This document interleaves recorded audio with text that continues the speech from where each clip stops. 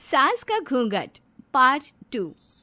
पिछले अंक में हमने देखा कि देविका अपने ससुराल में हर गलत बात का विरोध करती, तो उसकी वजह से देविका पर उसके ससुराल वाले बहुत अत्याचार करने लगे। एक दिन देविका ने सचिन से कहा, सचिन, मैं तुम्हारे घर में नहीं रह सकती, तुम मुझे आज ही मेरे घर शहर भेज दो, मैं अपने मम्मी पापा के पास रहूंगी। क्यों देविका, तुम शहर क्यों जाना चाहती हो? यहाँ तुम्हें किस बात की परेशानी है? किस बात की परेशानी नहीं है सचिन, तुम्हारे घर के आदमी औरतों के साथ जानवरों जैसा व्यवहार करते हैं, मैं ऐसे माहौल में नहीं रह सकती। देखो देविका, तुम्हें यहीं रहना होगा। तुम्हारी शादी मुझसे हो गई है, अब मैं तुम्हारा पति हूँ और यही तुम्हारा घर है। अच्छा, तो तुम्हें याद है कि मैं तुम्हारी पत्नी हूँ?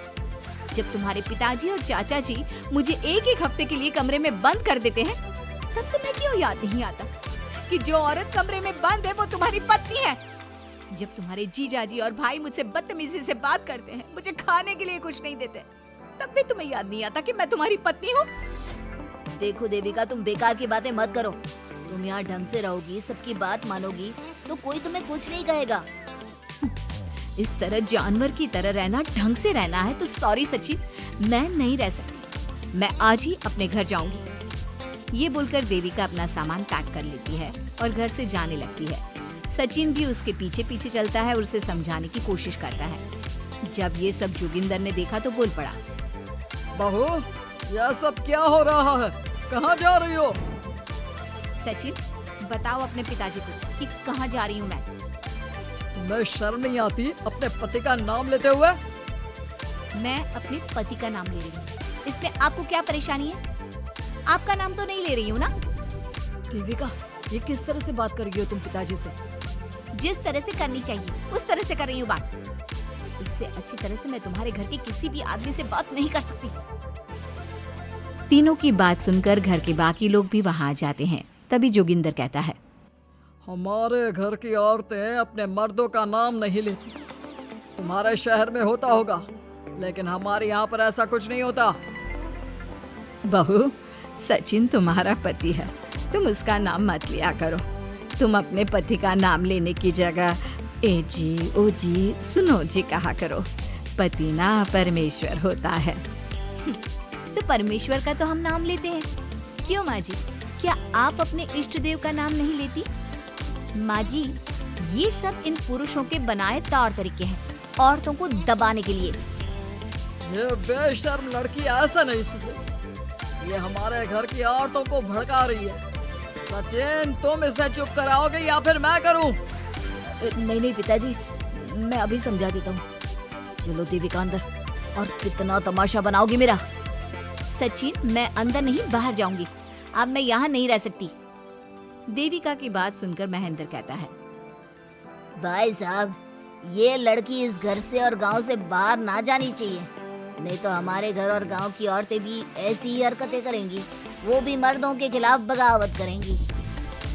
और मैं भी देखती हूँ कि मुझे घर से बाहर जाने से कौन रोकता है। बहू, इनसे बहस करने का कोई फायदा नहीं, तुम अंदर चलो। इस गांव के मर्दों के अंदर बहुत अहंकार भरा हुआ है। देविका किसी की बात नहीं सुनती और अपना सामान उठाकर घर से बाहर जाने लगती है। तभी वहाँ मोहन और कल्याण आते हैं। कल्याण देविका के हाथ में से उसका सूटकेस छीन लेता है और मोहन देविका को जोरदार थप्पड़ मारता है। देविका का सर दीवार में लगता है और वो बेहोश हो जाती है। देविका, देविका तुम ठीक तो हो? भैया, आपकी हिम्मत कैसे हुई मेरी पत्नी पर हाथ उठाने की? सचिन, तुम जल्दी से देविका भाभी को अंदर कमरे में ले जाओ, मैं अभी वैद्य जी को लेकर आती हूँ। वीना जल्दी से वैद्य जी को लेकर आती है। वैद्य जी थोड़ी देर तक देविका की जांच करते हैं और कहते हैं, मुबारक हो आप सबको, आपकी बहू माँ बनने वाली है। अभी तो मैं आपको दवाई दे देता हूँ, लेकिन आगे इनके इलाज के लिए आपको दाई अम्मा को बुलाना होगा। ये बात सुनकर घर के सभी लोग खुश होते हैं। देविका को जब होश आता है, उसे ये बात पता चलती है तो वो बहुत खुश होती है। वो सबसे कहती है, मैं अपने बच्चे को यहाँ नहीं रख सकती। क्यों बहू, क्या हुआ? अब तुम ये सब बातें मत सोचो, तुम्हें आराम करना चाहिए। नहीं माँ जी, आप नहीं समझ रही। अगर मेरा बेटा हुआ तो इस घर के मर्दों की तरह अहंकारी और औरतों पर जुल्म करने वाला बनेगा। और अगर मेरी बेटी हुई तो वो जानवरों की तरह जुल्म सहने वाली बनेगी और दोनों ही अनपढ़ रहेंगे। देविका की बात सुनकर घर की सभी औरतों को पहली बार एहसास हुआ कि वो किस अंधकार वाले समाज में जी रही हैं। लेकिन फिर भी घर की सारी औरतें उसे ही समझाती हैं। बहू देखो, तुम्हारी बात सही है, लेकिन तुम इस हालत में सफर नहीं कर सकती। हाँ बहू, तुम यहीं रहो, अपना और अपने बच्चे का ख्याल रखो। देखो ना देविका भाभी, हमें बिल्कुल भी पढ़ना लिखना नहीं आता, अपना नाम भी नहीं लिख पाते, तो आप मुझे थोड़ा पढ़ा दीजिए ना। देविका, तुम्हारी बातें सुनकर पहली बार हमें एहसास हुआ है कि कैसे माहौल में हम जी रहे हैं। तुमने हमारे अंदर उम्मीद की नई रोशनी पैदा की है। यहाँ से मत जाओ तुम। देविका ने घर की औरतों की बात सुनी तो उसका दिल पसीज गया। उसने गांव में ही रहने का फैसला लिया। वो अपने घर की औरतों को रोज पढ़ाती, उन्हें अपने अधिकारों के बारे में, देश के बारे में बताती। इसी तरह कई दिन बीत गए और एक दिन सुजाता ने सचिन से कहा, सचिन, देविका की तबीयत ठीक नहीं, तुम जल्दी जाकर दाई अम्मा को बुला लाओ ना। भाभी, दाई अम्मा क्या कर लेंगी? आप किसी डॉक्टर को बुला लो, मेरी तबीयत ठीक नहीं है। देविका, गांव के लोग डॉक्टर पर भरोसा नहीं करते। दाई अम्मा बरसों से ये काम कर रही है, वो तुम्हें ठीक कर देगी। सचिन, तुम्हारे घर वाले अनपढ़ हैं, तुम तो पढ़े लिखे हो ना, देख नहीं रहे मेरी हालत क्या हो रही है। तभी तो बोल रहा हूँ, समय बर्बाद मत करो, मैं अभी आता हूँ। सचिन दाई अम्मा को बुलाकर ले आता है। दाई अम्मा घरेलू नुस्खों से देविका का इलाज तो कर देती है। कुछ समय के लिए उसकी हालत भी स्थिर हो जाती है, लेकिन वो पूरी तरह से ठीक नहीं होती। फिर देविका सचिन से कहती है, सचिन, मुझे समझ में नहीं आ रहा तुम मुझे डॉक्टर के पास क्यों नहीं ले जा रहे। मैं माँ बनने वाली हूँ और मुझे ये भी नहीं पता कि मेरा हेमोग्लोबिन कितना है। दाई अम्मा कर रही है ना तुम्हारा इलाज। लेकिन दाई अम्मा को कुछ समझ में ही नहीं आ रहा कि मेरे साथ क्या हो रहा है। अगर देखो तुम मुझे नहीं लेकर गए ना तो मैं खुद ही चली जाऊंगी।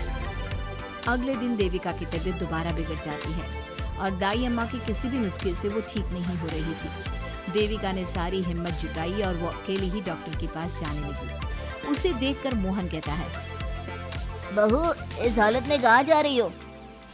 आप लोगों के भरोसे रही ना तो आप लोग मुझे मार ही डालोगे। डॉक्टर के पास जा रही हूँ मैं। बहू, तेरा दिमाग तो ठिकाने पर है। हमारे घर की औरतें मर्दों से इलाज नहीं कराती। हे भगवान, इन जाहिल लोगों को मैं कैसे समझाऊं? डॉक्टर औरतें भी होती हैं। बहू, तो हमें पागल मत बना, हमने तो कभी कोई महिला डॉक्टर नहीं देखी। तू झूठ बोलकर निकलना चाहती है ना? इस गांव की सरहद से आप लोग कभी बाहर नहीं गए ना, इसलिए आप लोगों को नहीं पता कि महिलाएं डॉक्टर के अलावा क्या क्या है। ए लड़की, तुझसे तमीज से बात कर रहे हैं तो तू ज्यादा हवा में मत उड़। बोला ना एक बार, चल अंदर जा। चाचा जी, मैं अंदर नहीं जाऊंगी, डॉक्टर के पास जाऊंगी। मेरा इलाज सिर्फ डॉक्टर ही कर सकता है। ये बोलकर देविका घर से निकल रही थी कि तभी जोगिंदर ने उसे कमरे में ले जाकर बेड पर जोर से धक्का दे दिया, जिसकी वजह से देविका के पेट में चोट लग गई और वो दर्द की वजह से जोर जोर से चिल्लाने लगी। ये देखकर घर की सारी औरतें देविका को संभालने लगी। देविका, हिम्मत रखो, सब ठीक हो जाएगा। देविका भाभी, आप ठीक हो ना? माँ, कुछ करिए ना, भाभी की तबीयत बहुत खराब हो रही है। लेकिन मैं क्या कर सकती हूँ? भाभी, कुछ तो करो, कहीं बहू को कुछ हो ना जाए। उधर जोगिंदर मेन गेट पर बड़ा सा ताला लगा देता है और कहता है, आज के बाद इस घर से कोई भी औरत बाहर नहीं निकलेगी। देविका का बच्चा भी इसी घर में होगा, ये जिंदा रहे या मर जाए। जोगिंदर की बात सुनकर सभी औरतें बाहर आती हैं। जब विमला को इस बात का एहसास हो जाता है कि जोगिंदर देविका को डॉक्टर के पास किसी कीमत पर नहीं जाने देगा, तब विमला पहली बार अपना घूंघट उठाकर तेज आवाज में कहती है, मैं भी देखती हूँ देविका को डॉक्टर के पास जाने से कौन रोकता है। आज देविका डॉक्टर के पास जाकर रहेगी। देविका की सास का घूंघट आखिरकार उतर ही गया। घर के आदमियों ने पहली बार विमला का ये रूप देखा था और उसकी तेज आवाज पहली बार सुनी थी। क्या विमला अपनी बहू की जान बचा पाएगी या जोगिंदर अपनी पत्नी की आवाज भी दबा देगा? ये जानने के लिए हमारे अगले एपिसोड का इंतजार कीजिए और हमें कमेंट में ये भी बताइए कि घर की औरतों को आगे क्या कदम उठाना चाहिए।